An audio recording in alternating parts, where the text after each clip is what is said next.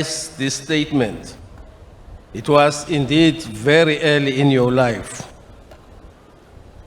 Someone once said that he sympathized with Michael Jackson because he had never enjoyed his youth.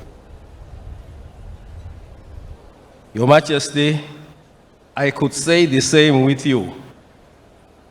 So early in your life, you were surrounded by elderly men, security forces, not an ideal environment for a young man. Your Majesty, the nation appreciates your efforts in seeking only the best for your people. Siyabonga silo skulu imetamo yakho yakwenda konke lokusemandleni akho ukuthi sive sakho sibe ngilesiphila kahle. We are here today to celebrate your 55th birthday, Your Majesty. We say, halala, long live Your Majesty. Bayethe, wena uphakathi, wena ungangizindaba. Kulesikhathi silo skulu, sive sakho, sesilinzele, sesimele, kuva imbube yemhlaba isiphefumulela. Your Majesty, bayethe, wena uphakathi.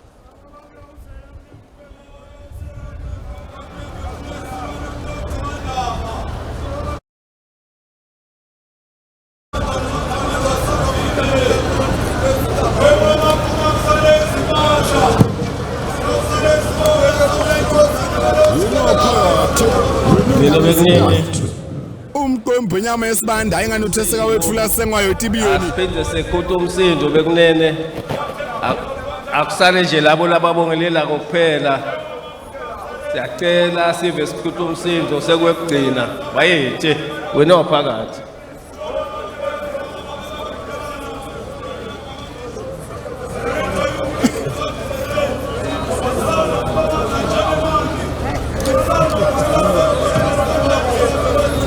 semnandi kuphekeni ngani yoba mnandi koseni kula tholele nyathi kula ndlaliselwa kula ndlamadoda athi mbimbe njalo kwetindiza tembutho esatin defense force etule sibhakabhakeni sakangwane tindize netinyonto kangwane tihalalisele kukhula kwelive ukhulile Mswati iminyaka lengu 55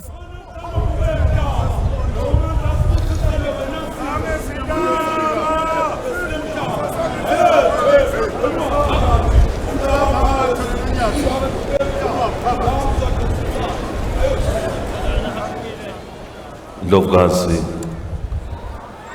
Yemaswati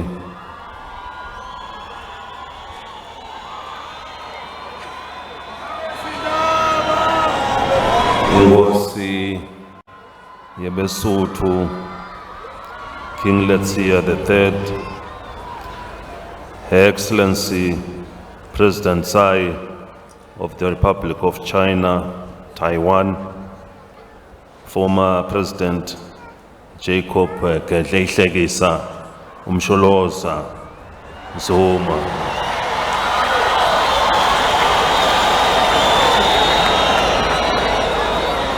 lo bekangumengameli we-Republic eSouth Africa, lo umengameli former President aphinze abe former General of the Republic of Botswana, former President Ian Khama.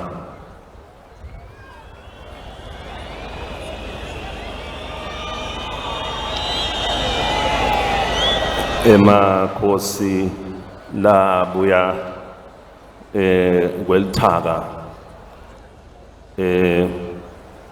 bantu abenkosi Mvunankulu siphindze simukele premier lobuya eKwaZulu Natal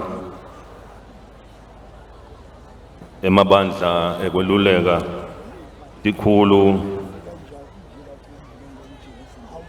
tindvuna lisekela la Mvunankulu tindvuna tembuso labamele emave kuleli nato tonke timenywa letilapha letibuya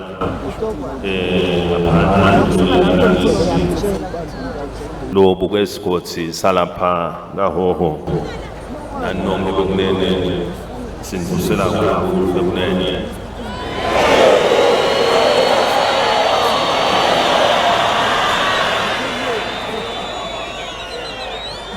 Your Majesty, the Indoglazi, Your Majesty King Mswati III, Kingdom of Lesotho, Your Excellency President Tsai of the Republic of China, Taiwan, the former President Jacob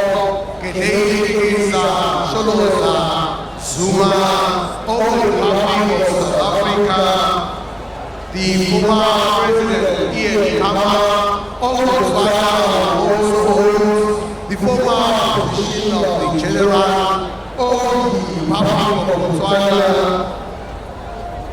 The visiting kings from neighboring states of the kingdom, Your Royal Highnesses, the Prime Minister,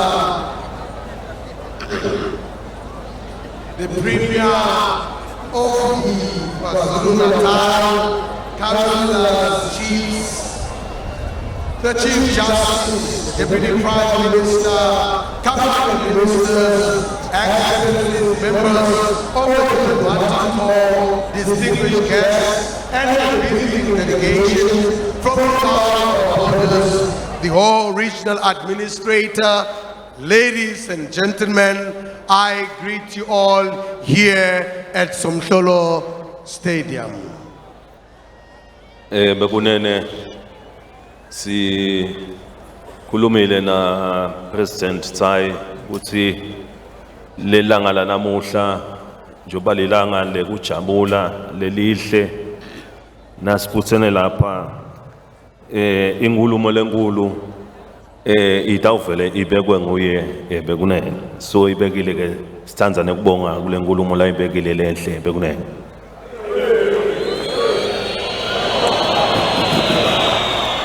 Ladies and gentlemen, we had a conversation with President Tsai that today is indeed a great day and she shall make the main speech. She has so well presented this great speech here today, of which I would like to thank her for the great speech delivered here today. Bekunene sithanda kusho ukuthi kuyinjabulo lenkulu ukuthi sonke sibuthene lapha kulomkhosi kulemikhosi ekugubha lusuku lokudala kanye nemkhosi wekuthola masibuse bekunene.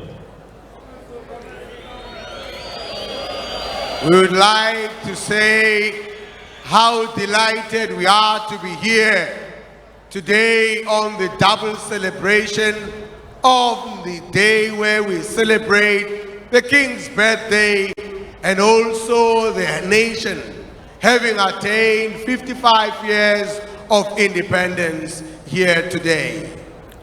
Bekunene linyenti lenu liqhamukele nalena kashane kutoba ingcenye yalomsebenzi sithi asikubonge kakhulu nekunemukela kuba khona kulomsebenzi bekunene. Many have come far and wide to join us for this great occasion, and I take this opportunity in welcoming you all to this great event here today. Bekunene kunjalo futhi emkhathisini wethu sinemakhosi labuya ngaphandle sina president lobuya eTaiwan sinabo former president labala emkhathisini wethu nemakhosi labuya ngaphandle nebantu abenkosi lababuya ngaphandle kuleli sithi bonke sithi siyabonga ukuthi babe ingcenye yalomsebenzi na bo premier lababuya eKwaZulu Natal sibonge labo sithi bemukelekile eSwatini netimenywa tonke letibuya ngaphandle sithi abathi vele basekhaya lapha eBekunene.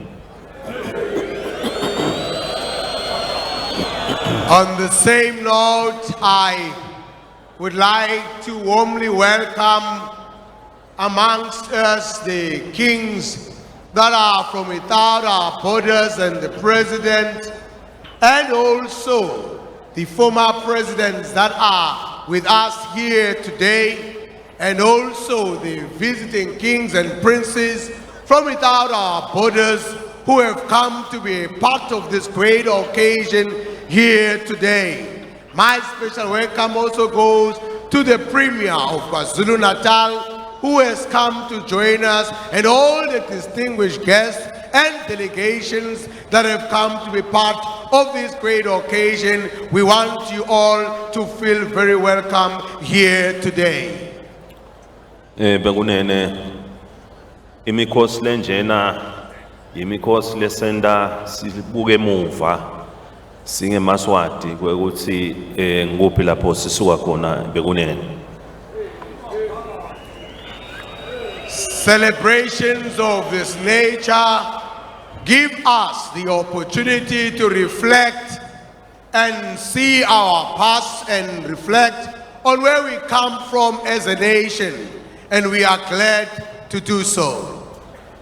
Bekunene nangisathanda kuthatha lomkhosi sasime lapha 1986 Bekunene la khona ngavele nangisathanda kuthweswa lomthwalo ngasho siveni kwekuthi konke lesiyawukwenda sawuhamba ngemasiko, sihambe ngenhlonipho, sihambe ngekuthula, sihambe ngekumisela kwekuthi live libe sembeli lihambe embili Bekunene.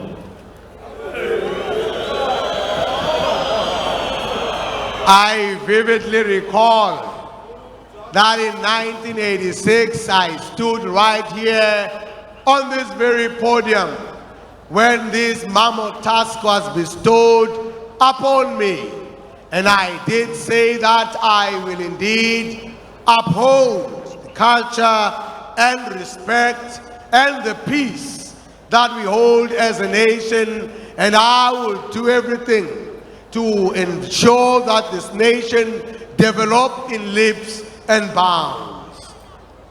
Bekunene nesiveni besiye sive sithandze kwati ukuthi awingosi ingabe sipho lesithandzako kito tonke tipho ngangisiphi sipho ngangivele ngisatise sive ukuthi Bekunene etipheni tonke leningangipha sona sipho lesingiso sekuthula.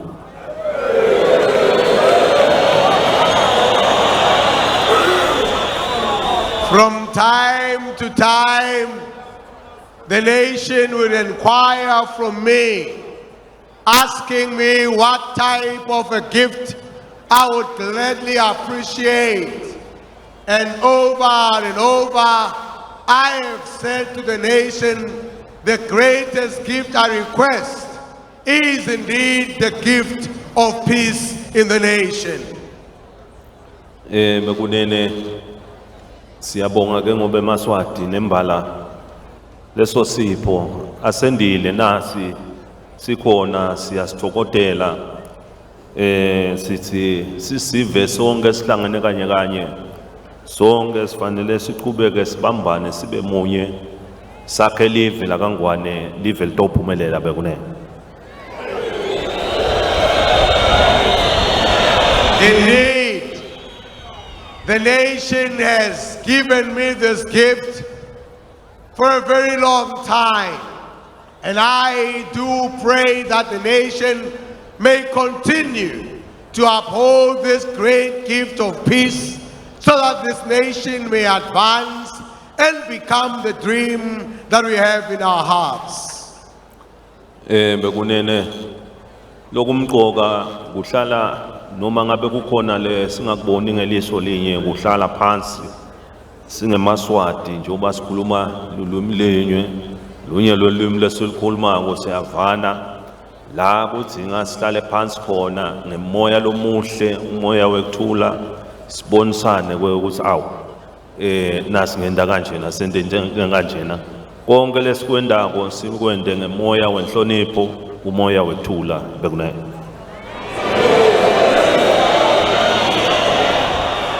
What is of vital importance is that as a nation, even where we do not see eye to eye, it is important that we sit down together in mutual respect, honor and love, and discuss and dialogue on whatever matter that we may not be in agreement together on. This, I urge the nation to continuously uphold the spirit of dialogue as a nation. Bekunene nasita ubamba lelo nyawo sabe sihamba netinyatselweni takamhlabuhlangene ne-African Union le phakamise isiqubulo sekwekuthi ufuna ukuthuliswa tibhamu e-Africa tithula titsinya i-Africa yonke iyayidzinga ukuthi ibe nekuthula itokwati ukuthi ikhone kwenta tonke tifezo lefisa kudenda bekuneyo. Ladies and gentlemen, if the nation will continue upholding these values, I am definitely sure that we will be well in line with the United Nations and the call by the African Union of silencing of guns by 2063. This is indeed important if Africa has to develop and pursue and attain the goals that it has set itself for. It's therefore important that we uphold these values. Bekunene elangeni leli njengaleli eketesa thula kwekuta eAfrica ngoba siyayibona nayo eAfrica kunetimo letikhona nawuthi ubuka letulu neAfrica kuyaliwa kunemakhuzi kunato tonke leto tintfo leto lokungahambisana le spirit lesisifisako la Africa ngoba la Africa lesikufisako size sitokhona neku unpacka ema programs e free trade area siyakudzinga kuthula ukuthi sikubeke embili bekunene.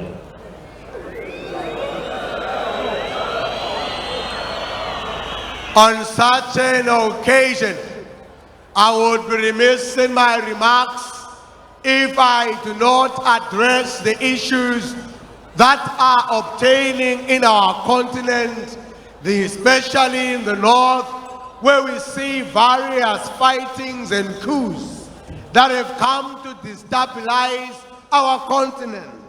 I ask that if Africa has to progress, we have to stop the wars and the silencing of guns so that Africa may develop and become the Africa that we want. Bekunene emave onke eAfrica asakha ema constitution umqoka ke ukuthi ke lama constitution la sakhiwe angabe nje ngama document la tawuhlala emashelfini kepha ke abe ama document la yakuthi wonke lo Africa ayifunze ayati atokwati ukuthi njengele Africa nayo unemsebenzi uneduty kwekuthi bonalise kwekuthi iAfrica uyayakha kokuthi bekahle bekunene. Ladies and gentlemen, Africa now has countries which have their own national constitutions. These are national documents which should never be collecting dust in shelves, but are meant that nationals of Africa must read these constitutions of their nations so that they may know how to conduct themselves and how to lead themselves in any eventuality in their various nations. Bekunene siyajabula ukuthi la kaNgwane kulomnyaka kakhulu sibonile live leSwatini ligqama emhlabeni kwasijabulisa kakhulu lokho bekunene. This year we have seen globally how the kingdom has been on the limelight for the very good reasons, and this has brought delight in our hearts. Bekunene sijabulile nasiva iprogram lebeyibuya World Bank ithumisa live nge-GDP njoba live liphosela fika ku 8% nge-GDP kwaphinze kwabonakala ukuthi live liba ngu number 2 ekwendeni imisebenzi eAfrica kwabonakala nokuthi liphinze nakude ukugcinwa temvelo libonakala liba ngu number liyabonakala ukuthi sithola ne-award kamhlabuhlangene ukuthi live leSwatini lende timangaliso kufika ku-HIV AIDS wabonakala ukuthi mhlabuhlangene wathi kufanele kube 95 live la kaNgwane liphasile tonke leto tigaba bekunene indzaba lesifanele sitidvumisele siba kaNgwane sitishayele tandla bekunene.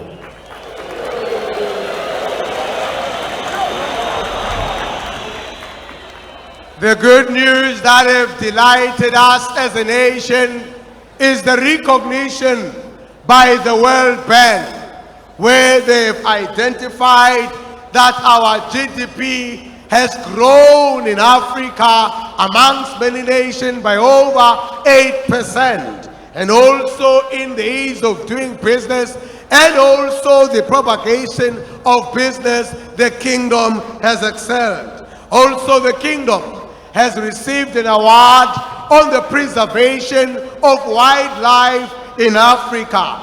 Kingdom has also been among the first nations in the whole world of attaining the 95 in the fight against HIV and AIDS in the nations. This is a great milestone that we have achieved, and the nation must applaud to itself for these great achievements that we have so achieved this year. Bekunene ukuthi ke yonke lemiphumela lemihle lengaka lebonakala ukuthi iyalakhela lelive ukuthi thine njoba sibona ukuthi kuhamba kahle siyibambe kakhulu bekunene siqhubeke sifake amandla kulisebenzela live leSwatini silibone lithuthuka kutenhlala kahle kutempilo kutemfundo kuko konke lokutsinza impilo yemuntu sibone impilo labo labedima imisebenzi bathola imisebenzi labadzinga bayokuya etikolweni baya etikolweni labadzinga kuyawulashwa balashwe ngendlela lefanele bekunene.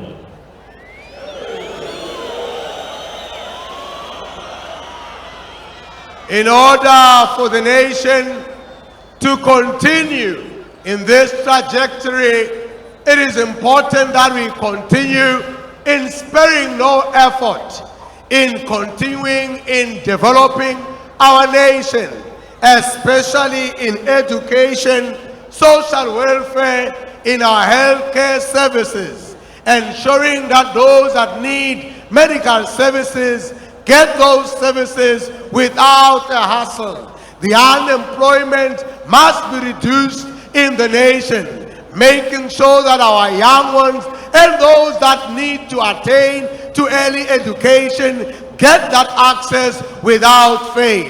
This we must never fail in doing. Bekunene live lalivele libeke nemgomo we vision bonalisa ukuthi sifike ku first world kepha ke ngandzaba dabo COVID nako konke lokhu kwase kuyasiphathamisa kancane sisive namuhla sifanele siphinze sitivuselele leyo vision ya first world ukuthi live la kaNgwane lifuneka libalwele emaveni emhlaba la sitawusiwa khona nelive leSwatini seli first world bekunene.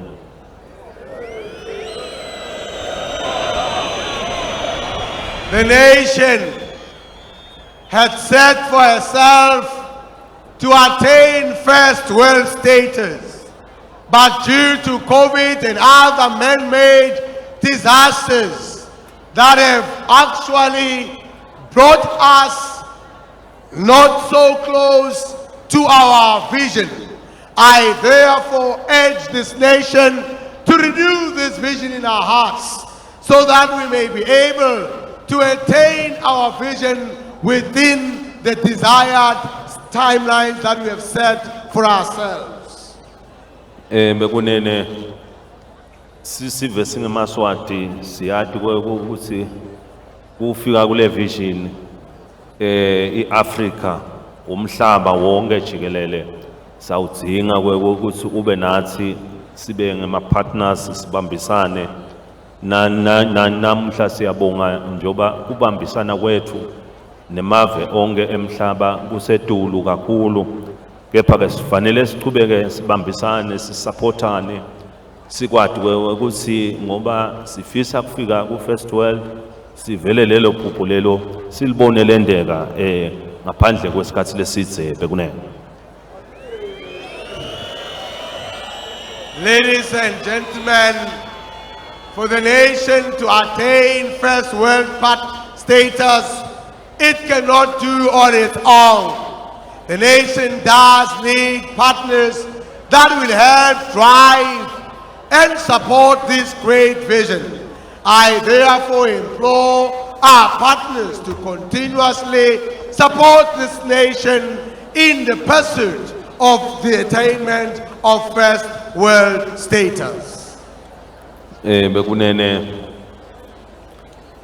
sibonga kakhulu ukuthi live leMaswati nemasiko solo liwaqinisile impela ayabonakala futhi ayandlondlobala ngeminyaka ayaphakama kakhulu ngelizinga lelijabulisa kakhulu bekunene.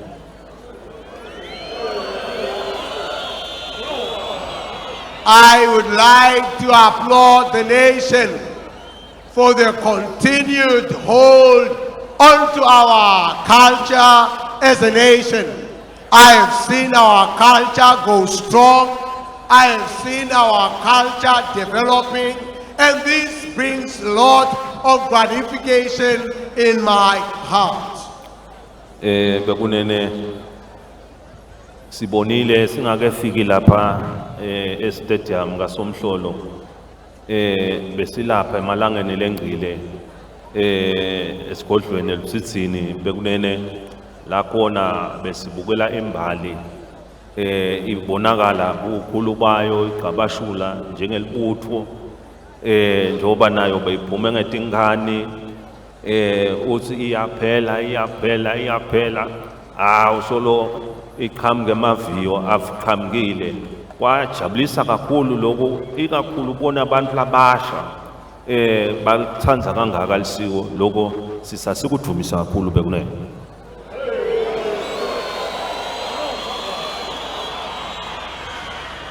Not long ago, we were all gathered for some days at the Lutitini Royal Residence, where we received the Imbali Regiment, which came in their numbers. Never have we seen such large numbers of the Imbali Regiment. We were so glad to see them, especially knowing that young ones are holding on to our culture. It gives that hope for our future as a nation, that indeed our future is bright and our future is great. Bekunene miyendi imisebenzi lesingayibonga emalanga nalamanye ayawuqhamuka lapho ngiyawuhle ngilithumisa khona live ubonga sive sonke usekela lemikhosi lemibili yendiphethe kanye nekwekutalwa nasitalwa kubalitfuba sibonge kumdali kuNkulunkulu kusigcina kusihola abe nathi nekuthandaza ngesikhathi sonke ukuthi angasilahli ahambe nathi noma ngakunjani bekunene.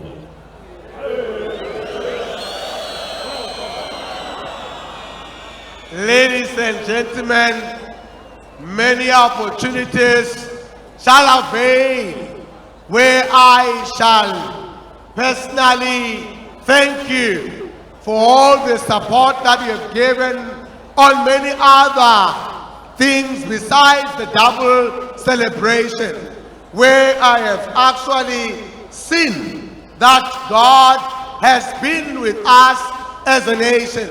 It is time where we thank God for His guidance and leadership as a nation. The time will come where I will personally thank all of you for the great things that you have done for this great nation. Bekunene babe banyenti labakwendile imsebenzi lomuhle sive siphume ngetingane nekwenda yomibili lemsebenzi ibe impumelelo lenhle. Naku nanamuhla kunemidlalo kutawube kudlalwa kujatshuliwe solo ingcenye yako konke kukhomba singemaswati injabulo yethu nako konke elenikwendile kusekela lo msebenzi sithi kubo bonke labo labasekele asibonga kakhulu newekuthi uNkulunkulu uyawubabusisa bonke bekunene.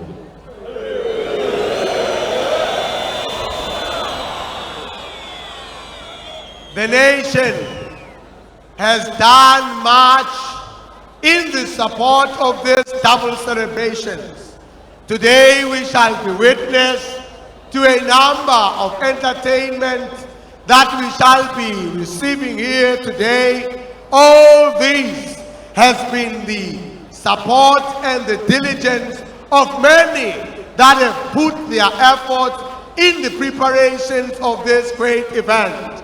I take this time to thank all of them for the support and the hard work put to make this event the success that it is today. Bekunene sekungaba konifisela lilanga lelihle ukuthi nilithokotele libe lilanga lelihle letawusale lisemqondweni wethu sonke bekunene.